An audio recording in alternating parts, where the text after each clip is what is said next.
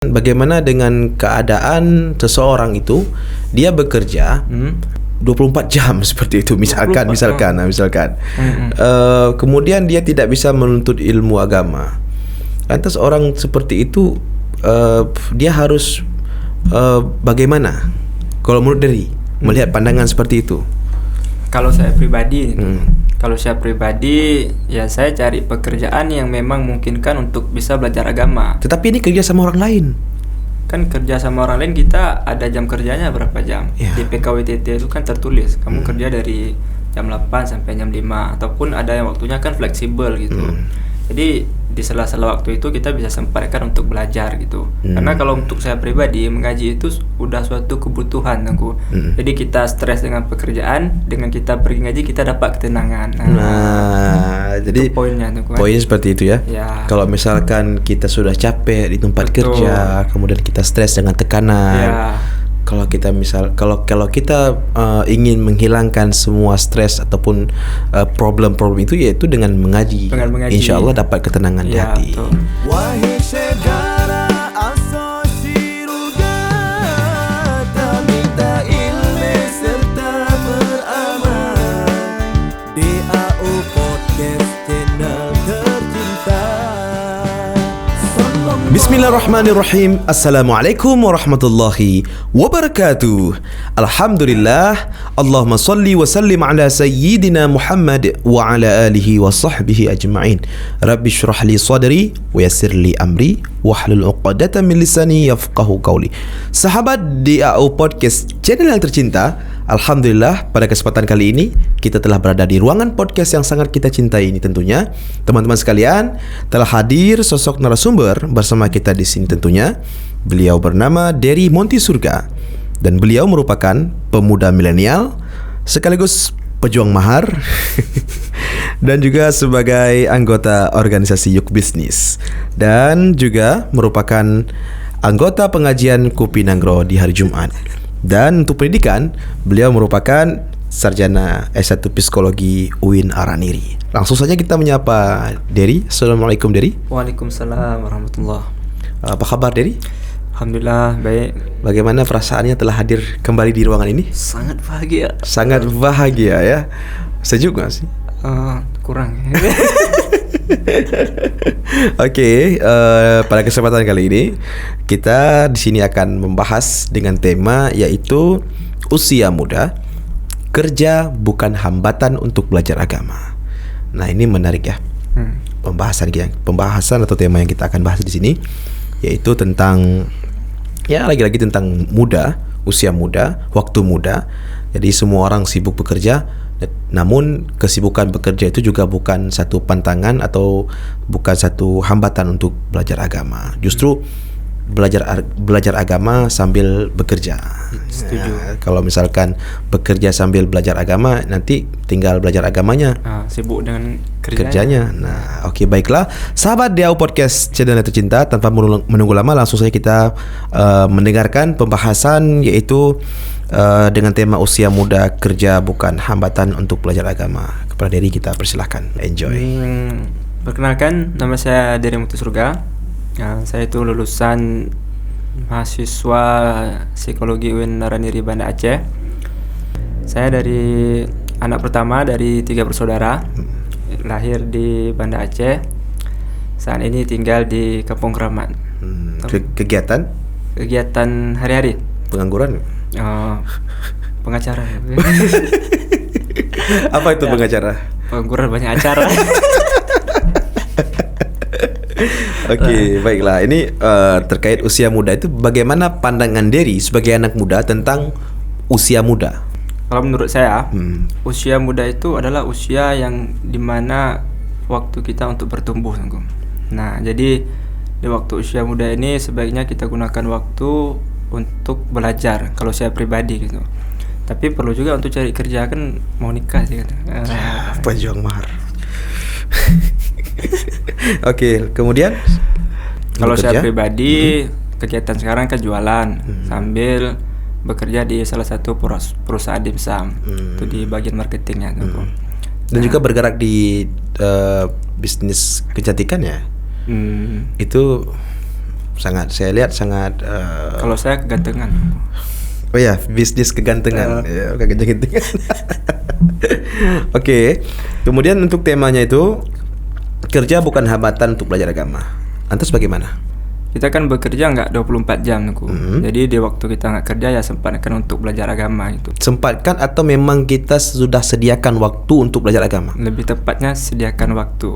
Sediakan Jadi waktu. waktunya kan bisa diatur. Kalau kita kerjanya dari jam 8 misalkan sampai jam 5, malamnya kan bisa kita gunakan untuk belajar agama. Belajar agama. Minimal yang fardu in tadi lah. Nah, gitu. Jadi artinya kita bekerja itu sebagai anak muda tentunya sibuk dengan bekerja ataupun sibuk dengan kegiatan-kegiatan lainnya, tidak menjadikan hambatan untuk belajar agama. Dengan bekerja tersebut mungkin karena capek, itu kan alasan saja. Kalau saya pribadi, saya pernah di usia muda. Sekarang udah tua. Tidak tua amat sih. Jadi di samping saya belajar agama, saya juga mengajar agama di usia muda. Jadi saya sediakan waktu itu, untuk di samping belajar agama dan juga mengajar agama di usia muda. Artinya tidak menjadi hambatan bagi saya pribadi untuk karena belajar. Karena bekerja tidak menjadi hambatan untuk bisa belajar agama dan juga mengajarkan agama kepada anak-anak masyarakat. Dan seharusnya seperti itu ya. Ya sebaiknya seperti itu ya. Kalau kayak orang kan nggak semuanya mampu seperti Tengku mengajarkan agama gitu kan. Tapi ya sebaiknya belajar agama. Nah, terus kalau misalkan gara-gara pekerjaan tersebut menjadi hambatan bagi kita untuk belajar agama, apakah tinggalkan pekerjaan itu? Kalau menurut Dedi, saya relevannya seperti pernah apa? dengar dari Gus Baha Tengku. Jadi kata Gus Baha itu bekerja juga bagian daripada ibadah, kata Gus Baha. Ya. Tergantung sikonnya seperti apa. Misalkan kita ini bekerja udah usia muda berkeluarga itu. Jadi dengan kita bekerja kita bisa menafkahi keluarga. Maka itu sudah menjadi kewajiban kita untuk bekerja. Tapi sebisa mungkin luangkan waktu untuk belajar agama. Paling kan 1 atau 2 jam kan bisa Tengku kan. Nah, apalagi sekarang kan pengajian banyak. Apalagi kita yang tinggal di Banda Aceh ini di mana-mana pengajian. Tinggal pilih aja yang yang ada kopi gratisnya. Berarti artinya kita juga harus pintar-pintar sebagai anak muda, pintar-pintar memilih guru. Betul. Melihat guru seperti apa, sepemahaman akidah dengan ulama-ulama kita di Aceh. Itulah penting kenapa kita harus belajar agama, supaya kita kan tahu arahnya kemana Tengku. Jadi sewaktu kita pergi pengajian kita udah punya filter. Oh ini kayaknya nggak sesuai nih. Nah kita tinggalkan. Tapi kalau enggak ya kita babat rata aja semua. Akhirnya nanti pulang dari pengajian menyalahkan orang lain kan justru bahaya Tengku. Bahaya ya. Seperti itu. Artinya kalau misalkan bekerja kemudian sempatkan waktu untuk belajar agama, itu memang seperti itu yang telah dianjurkan dalam agama. Betul. Ya bekerja juga sebuah ibadah. Betul. Semua orang memerlukan bekerja.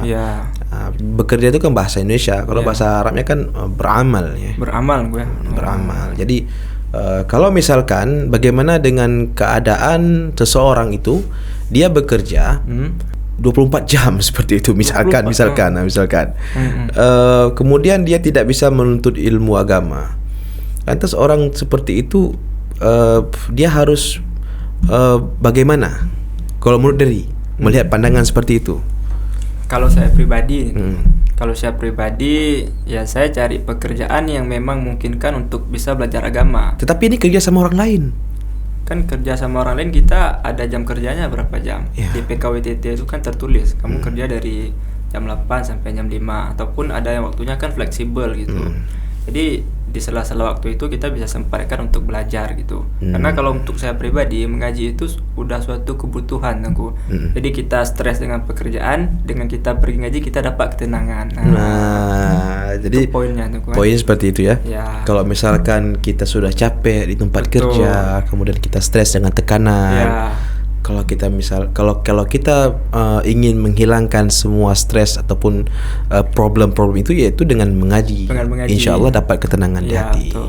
Nah itu juga saya pernah mendengar statement seperti itu oleh guru besar Syekh Sayyid Ramadan Al-Buti.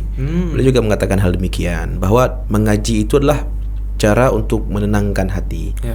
Jadi untuk merefreshingkan hati, refresh hati itu dengan mengaji, bukan ke tempat liburan. Ya. Kalau ke tempat liburan itu cuma refresh otak saja. Otak nunggu ya. Melihat alam itu refresh otak. Tapi kalau misalkan ingin menenangkan hati itu dengan mengaji, Dengan mengaji. berkumpul dengan orang-orang soleh, Ya. dapat pencerahan, dapat satu pelajaran, Ya. sehingga hati kita menjadi teduh. Betul. Seperti itu. Dan kalau ini kita juga melihat bahwa usia muda itu rentan sekali agak-agak alergi dengan belajar agama. Saya melihat realitas seperti itu. Menurut pandangan diri seperti apa? Alerginya karena apa dulu nih Tengku? Begini, ada beberapa anak-anak muda ataupun usia muda itu yang kadang-kadang berpikir seperti ini. Ngapain belajar sekarang belajar agama sekarang, nanti aja belajar agama pas sudah gede nanti. Ini kita waktu main kita main. Nanti aja kita belajar agama. Itu menurut dari seperti apa? Karena ya kalau kita tunggu udah tua belajar agama, kalau mati-matinya waktu muda gimana? Nah, Gitu. itu berarti kita tidak bisa menjamin usia kita dong. Betul. Nah, jadi itu menurut dari bagaimana langkah ataupun untuk mengubah mindset anak muda seperti itu. Jangan menunggu waktu. Jangan menunggu waktu tua Tengku ya. Ya. Jadi ya kita bilang Tengku ya, ketika yang penting itu kan atas kemauan kita Tengku. Nah, jadi kalau kita punya kemauan ya kita selelah apapun pasti kita akan berusaha untuk hadir itu Tengku. Ataupun kita nggak sempat hadir, pasti kita akan nonton lagi kajian ulangnya. Apalagi kan sekarang banyak pengajian kayak di Kopi Nanggro, udah disediakan bubur kopi gratis. Jadi kita tinggal datang duduk ya dengar gitu kan. Fasilitasnya udah ada, kita mau datang nggak nih kan itu. Jadi ada niat datang ada, tapi dia insecure. Insecure karena misalkan ini belum pantas saya pergi ngaji itu bagaimana? Itu bagaimana? Minder dengan perkumpulan pengajian, dikarenakan mungkin dia merasa banyak berdosa. minder tuh kan bisa jadi godaan setan kan. Nah, Jadi ya pergi aja. Karena pun kawan-kawan ngaji ini kan baik-baik orang. Saya dulu pernah juga minder pergi ngaji kan, karena kita orang awam kan. Apalagi misalkan kita ngaji di situ anak pesantren semua, otomatis kita minder kan. Tapi sampai di tempat ngaji mereka justru nggak seperti yang kita pikirkan gitu. Welcome, mereka ramah gitu. Seperti itu. Jadi di usia muda ini jadi dua-duanya itu perlu atau memang dahulukan mengaji dulu baru bekerja. Bagaimana menurut Dery? Pandangan Dery, mengaji dulu baru bekerja atau yaudah kita kerja, manage waktu, bekerja, kemudian juga mengaji. Sekarang kan gini. Jadi ketika kita bilang begini konsepnya, kamu bekerja pagi, bekerja pagi, kemudian sampai sore. Sore mengaji. Lantas dia ada orang-orang yang memang nggak nerima dengan konsep seperti itu. Kapan kami nongkrongnya, kapan kami santainya, kapan kami main gamesnya, kapan kami harus duduk sama kawan-kawan. Itu bagaimana menurut Dery? Kalau saya selama ini selama bekerja itu sambilan ngaji Tengku. Nah, dan saya ngaji pun nggak dari sini sampai minggu, nggak. Jadi ada waktu tertentu. Dan kan di sela-sela ngaji dan bekerja itu kita juga ada waktu untuk nongkrong gitu. Ya, jadi tinggal kita aja yang manajemen waktunya seperti apa. Jadi jangan menyalahkan keadaan gitu. Ya, jadi jangan menyalahkan keadaan. Berarti dari kita juga ya? Iya. Dari kita. Jadi kalau misalkan juga, kadang gini, konsep mengaji itu juga di samping ingin mendapatkan ilmu. Jadi ilmu itu dalam teori kitab disebutkan ilmu itu dia tidak akan bisa didapatkan kalau tidak diulang-ulang. Jadi ilmu itu ibarat seperti dia itu akan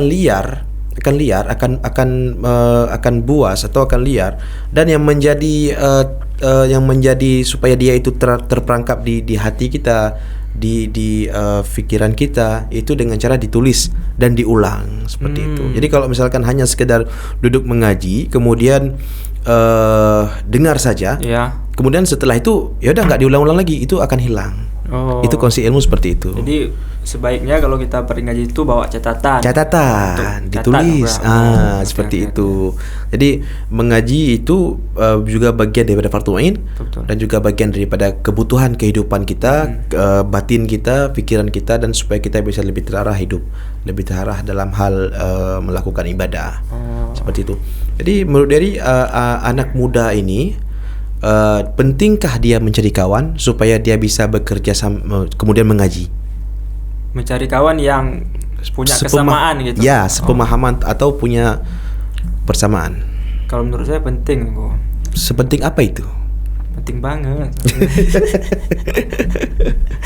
Agak penting karena kan dengan kita punya kawan yang punya kesamaan, kita akan lebih termotivasi untuk pergi ngaji gitu. Itu yang saya alamin gitu. Justru kadang kalau kita imannya lagi turun, lagi malas, justru ada kawan yang mengingatkan kita. Nah, itu kan penting tuh. Penting ya. Begitu. Berarti ketika mood kita itu turun, Ya, justru dia yang ngajak kan. Yuk pergi ngaji nih. Nah, jadi ada kita punya timbal balik lah. Ya, timbal Ketika balik. dia mood dia juga turun, kita Ya, ngajak. Jadi betul. itu simbiosis mutualisme ya. betul. Apalagi ada kawan hidup kan. Iya.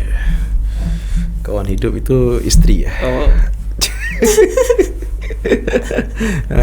Okey. Jadi temanya menarik ini, iaitu bekerja usia muda, bekerja bukan hambatan untuk belajar agama. Jadi belajar agama itu yang lebih penting. Penting sekali. Bahkan kalau misalkan seseorang itu tidak belajar agama, ketika dia itu hendak melakukan sebuah ibadah, ya. ibadah tanpa didasari ilmu agama, maka ibadah tersebut tidak sah, teman-teman sekalian. Jadi baik galak dah ibadah. Punya ibadah benar ilmi supaya ibadah itu yang sah. Betul. Nah, seperti itu. Kalau enggak ya sia-sia kan gua. Iya. Nah, Jadi bagaimana? enggak tahu membedakan gua. Nah. Solat yang benar itu ya seperti apa, baca Quran gua. Betul. Jadi kan atas keraguan, atas ketidakmauan dia belajar agama, kemudian atas ibadah yang mungkin tidak sah. Ya. Jadi segala perbuatannya itu tidak membuktikan bahwa, sedangkan dalam Al-Quran Allah sebutkan innas solata tanha 'anil fahsya wal munkar. Jadi kalau misalkan dia solat tetapi juga perbuatannya fahsya wal munkar, jadi ada kesalahan di solatnya. Itu tidak sesuai dengan ilmu agama. Bukan salah apa tadi aku? Kesalahan dia dalam melakukan solat yang tidak dasari dengan ilmu agama, sehingga masih terjerumus di dalam fahsya wal munkar. Betul. Seperti itu kan? Makanya kita perlu pergi ngaji tadi itu Ngaji. ya, untuk belajar lagi itu. Jadi kan belajar artinya memperbaiki itu. Memperbaiki solatnya, bacaannya, bagaimana sih solat yang benar, seperti itu.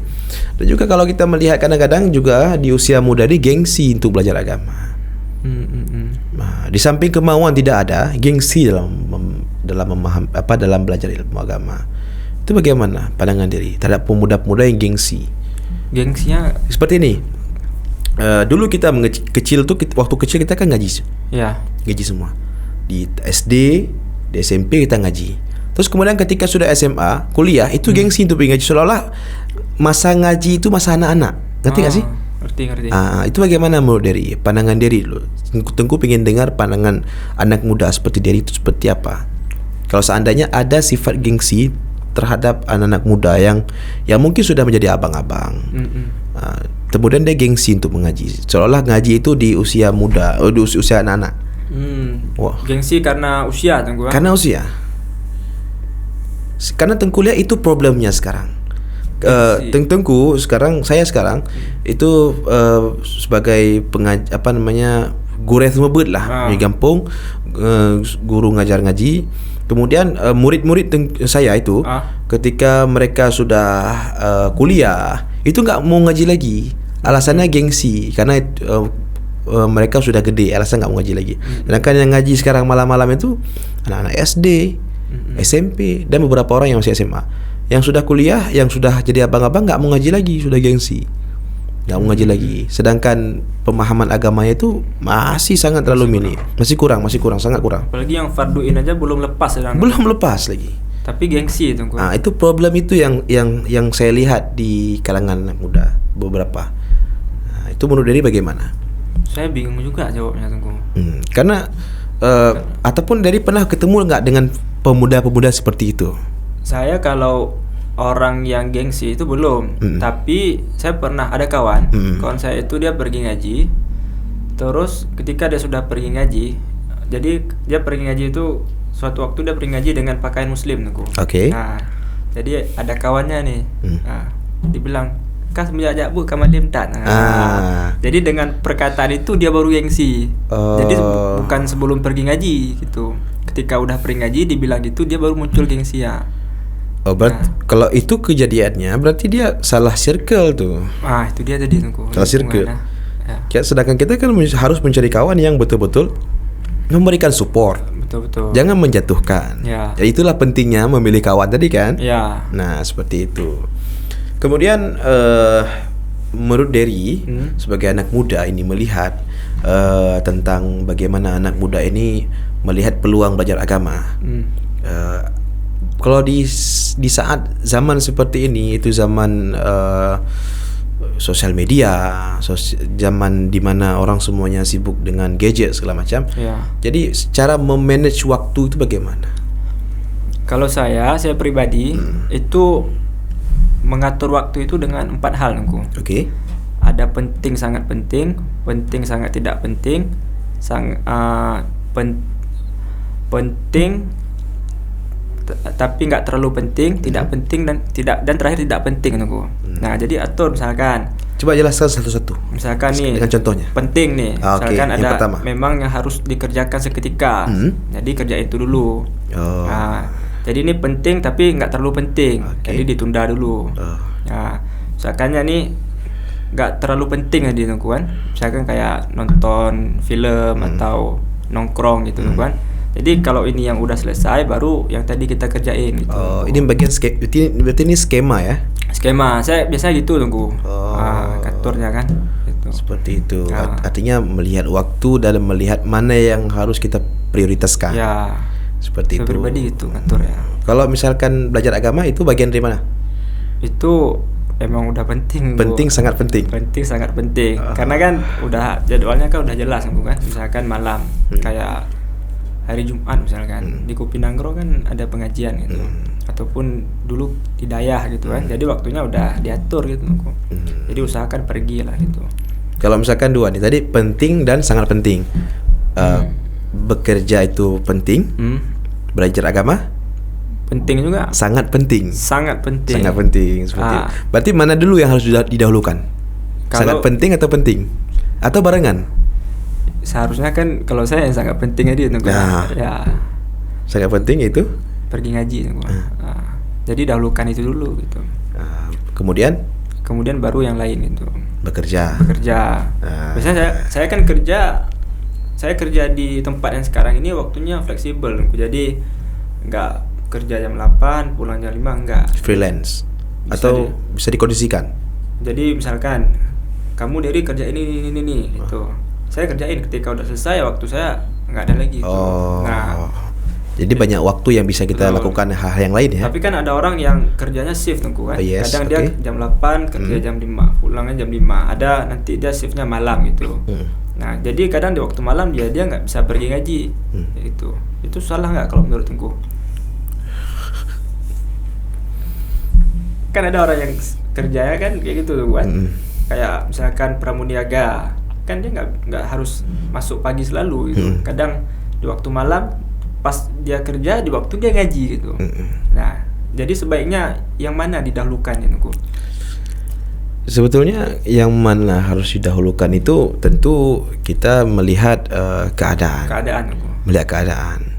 Jadi kalau misalkan keadaan pada waktu itu mengaji, keadaan waktu itu timingnya bekerja. Jadi ya lagi-lagi kembali kepada kita. Oke. Kemudian juga ini beberapa problem-problem yang terjadi di kalangan usia muda, yaitu di mana ketika kita ajak mengaji Jadi definisi mengaji ini sekarang menjadi dua. Ada ngaji drah. Kalau di kampung itu berdrah. Oh, berdrah. Ada satu lagi ngajinya ngaji memang kita fokus untuk mendalami ilmu agama. Surah Depong. Sedangkan di usia muda itu lebih baik mengambil ngaji yang bukan drah seharusnya. Seharusnya bukan ngaji drah, karena ngaji drah itu memang pengajian orang-orang tua. Jadi kenapa sekarang anak-anak muda ini lebih banyak memilih mengaji drah? Contoh kayak di Kupinang Grau. Kita tidak menyalahkan anak muda untuk ngaji di drah. Karena drah itu sebetulnya kalau di kampung-kampung ngaji orang tua, yaitu dia ngaji di hari Jumat atau ngaji di malam Jumat di ba'da maghrib.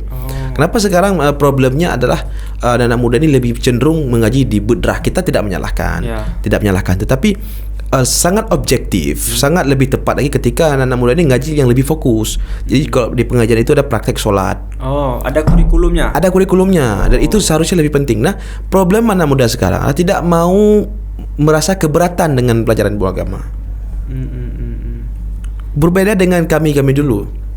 Dulu itu kalau misalkan disuruh hafal sama gure, sama dengku, itu kalau misalkan disuruh hafal Aqidatul Khamsina, cikit 50, itu semuanya sami'na wa ta'na. Kita semua enggak ada berkeluh kesah. Kok banyak kali dengku, kok ni dengku capek kepala kami. No. Kita semua menghafal. Kemudian disuruh hafal lagi rukun solat beserta dengan yang membatalkan solat beserta dengan sunat-sunat solat.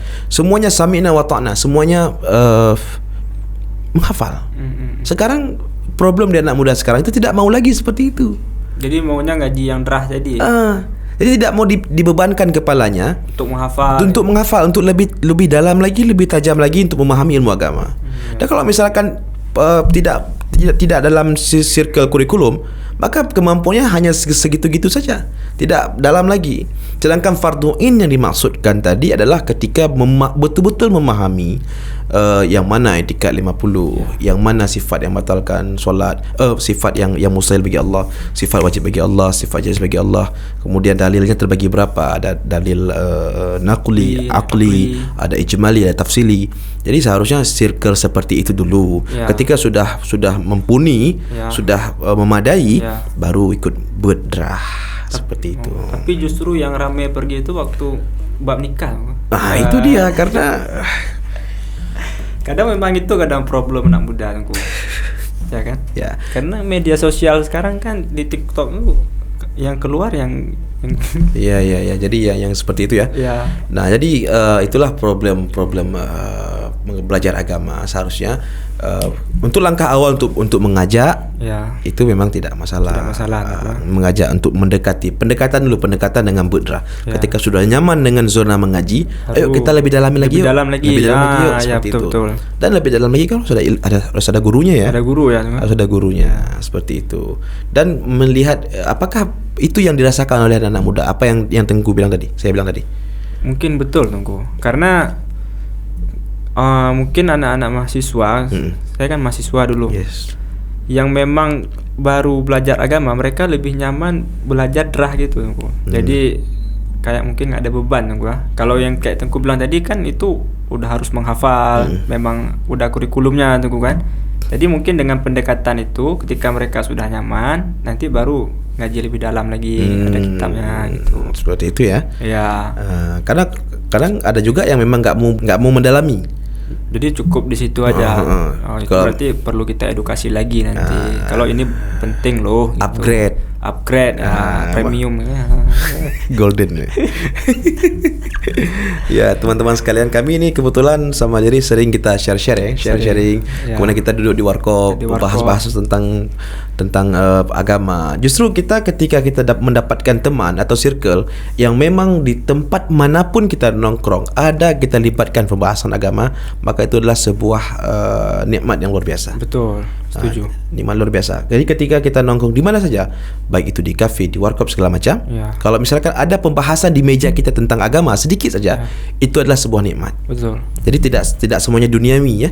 Kita juga harus libatkan ukhrawi dalam kehidupan dan dalam circle pergaulan kita seperti itu. Betul. Dan kalau dari melihat pergaulan anak muda-muda ini bagaimana? Kalau misalkan kita bilang pergaulan agama, pergaulan dalam lingkup agama syariat, itu agak sedikit risih atau bagaimana? Atau welcome saja? Kalau saya kan nggak bisa mengeneralisir semuanya Tengku. Memang ada pergaulan yang cenderung nggak baik gitu Tengku. Jangankan anak muda, karena orang-orang tua yang kerja di kantoran, mohon maaf, itu kadang ada ikhtilat di situ Tengku. Oke, paham Tuh kan. Oke, terus Terus anak muda kan juga ada yang seperti itu. Nah, itu saya bingung juga Tengku cara bilang. berarti berarti kita harus sama-sama saling memberikan contoh. Ya, betul. Berikan contoh yang orang-orang tua juga berikan contoh yang baik untuk anak muda. Betul. Seperti itu, dan anak muda juga terus memperbaiki diri. Memperbaiki diri. Kemudian bekerja di usia muda bukan hambatan untuk belajar agama. Ya, kita melihat bahawa hari demi hari khususnya di Kota Banda Aceh ini pengajian telah banyak. Ya, di Banda Aceh kan banyak kali pengajian tuh Banyak kan sekali daripada pengajian. di tempat lain tuh kan. Ya. Dan sangat mendukung ya kegiatan ini ya. Masjid banyak tuh kan. Kemudian pengajian apalagi tuh. Apalagi di Banda Aceh kan pengajian di warung kopi lagi. Iya. Anak muda yang kebiasaan nongkrong di warung kopi, di situ dibuat pengajian. Jadi pendekatannya sangat cocok ya. Iya, dikasih free fasilitas lagi, bisa ngopi, ada bubur, tinggal pergi aja gitu. Itu sebuah nikmat luar biasa ya. Luar biasa. Keberuntungan juga bagi kita tinggal di Aceh. Alhamdulillah. Jadi juga kadang-kadang kita bawa kitab nongkrong di kopi ya. Betul. Kan kita ada bawa kitab kan? Bawa kitab kita ngaji itu. warung kopi Ya, kan. Jadi itu pendekatan juga supaya anak-anak muda ataupun kawan-kawan kita ini lebih suka dengan belajar kitab. Betul. Ajarkan mana sih yang jenis-jenis hadas itu seperti apa, najis ada berapa. Jadi kalau misalkan kita tanya di luar sana, kita buat seperti eksperimen. Kita keluar, kita tanya sama anak muda, najis bagi berapa? Banyak yang enggak tahu. Banyak enggak tahu. Najis, nama-nama najis ada berapa? Ada mana-mana aja. Terus hadas terbagi berapa? Terus bagaimana cara menghilangkan hadas besar? Bagaimana teknisnya? Kita buat eksperimen seperti itu. Di luar tentu masih minim yang belum paham. Masih minim belum paham. Bahkan kita tanya sunat salat saja itu tidak banyak yang belum paham. Apa mungkin karena ini kalau orang bekerja kan itu hasilnya udah pasti aku. Akhir bulan keluar gaji. Kalau pergi ngaji kan hasilnya nanti di akhirat itu. Mungkin karena sebab itu. Nah, itu kalau dia. Menurut Tengku gimana? Menurut saya seperti itu. Jadi yang pertama kurang kesadaran. Kan pahala tuh nggak nampak dia Tengku. Dia memang nggak nampak di dunia. Ya. Tapi dia akan diberikan hasilnya itu di akhirat. Karena kan saya ada lihat Tengku, misalkan orang rela untuk belajar ke luar negeri untuk misalkan lanjutin kuliahnya Tengku.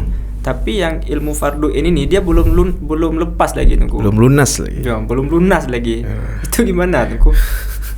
Ya lagi-lagi seperti itu. Kalau orang udah balik kemudian ilmu fardu nya belum lepas, itu dia dalam dosa terus atau justru dalam murka Allah.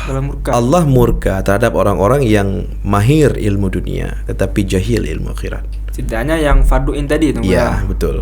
Jadi maksud mahir ilmu dunia sedangkan jahil ilmu akhirat itulah ilmu fardu'ain.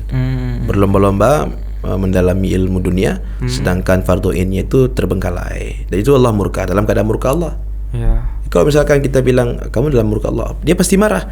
Tetapi tanpa disadari perbuatan, pencapaian, harapan, cita-cita itu jauh daripada apa yang Allah senangi, Allah cintai. Betul, seperti itu. Jadi kita mengajak kepada anak muda di manapun berada, terlebih khusus sahabat Diau Podcast channel yang tercinta, bahwa kita semua memang butuh bekerja, kita semua punya harapan, ya, kita punya cita-cita, kita punya keinginan, punya pencapaian. Tentu bekerja atau pekerjaan itu jangan semata-mata dijadikan prioritas, karena kehidupan ini adalah awal perjalanan untuk menuju akhirat. Dan fasilitas akhirat itu yaitu dengan cara belajar agama. Betul. Seperti itu. Dan statement terakhir dari untuk anak-anak muda di luar sana, menurut dari apa? Gaungkan. Saya mungkin bisa bilang sebagaimana perut butuh makan, begitu juga hati yang butuh ilmu dan zikir. Itu aja mungkin Tengku. Sudah itu aja. Itu aja Tengku.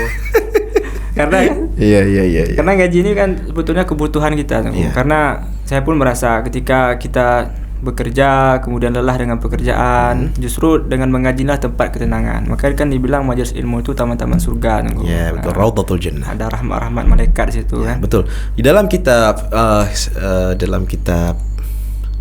Jauhar Mauhub tentang kelebihan ilmu dan ulama. Ya.